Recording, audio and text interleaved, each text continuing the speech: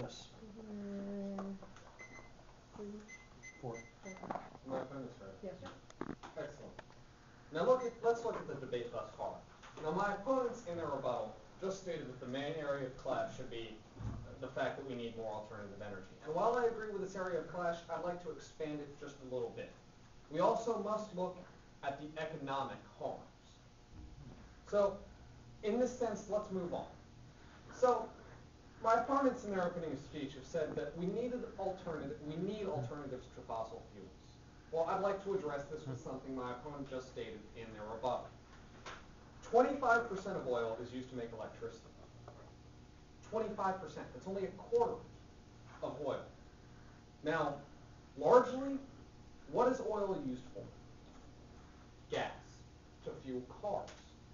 We need huge amounts of fuel for cars. Now, can we power cars with nuclear reactors? Unfortunately, we don't have the Mr. Fusion that the Back to the Future car had. So, therefore, really, this is really implausible. The energy crisis is because of gas for cars. The high demand for oil is because of the needs for fuel for cars. Therefore, nuclear power is totally irrelevant to this argument. Therefore, this argument must be dropped, and therefore, their main area of clash must be dropped. So we must look at the economic harms and benefits. Now, my opponents go on to state that $165 billion were spent on nuclear power since 1965. Now, my opponent proposes in the rebuttal that we'll look at $100 billion to increase nuclear power substantially. Well, $100 billion is not simply a drop in the bucket. 2 weeks ago, we saw a 7,765-point drop in the New York Stock Exchange. That's a gigantic amount. Our economy is in horrible condition. Wall Street has called it possibly the worst economic depression since the 1930s. We are seeing huge drops in economic problems. So $100 billion is not a drop in the bucket. It will continue to stack on and cause more problems for the U.S. economy. Because really, we're not paying for anything now because we have to buy loans from China.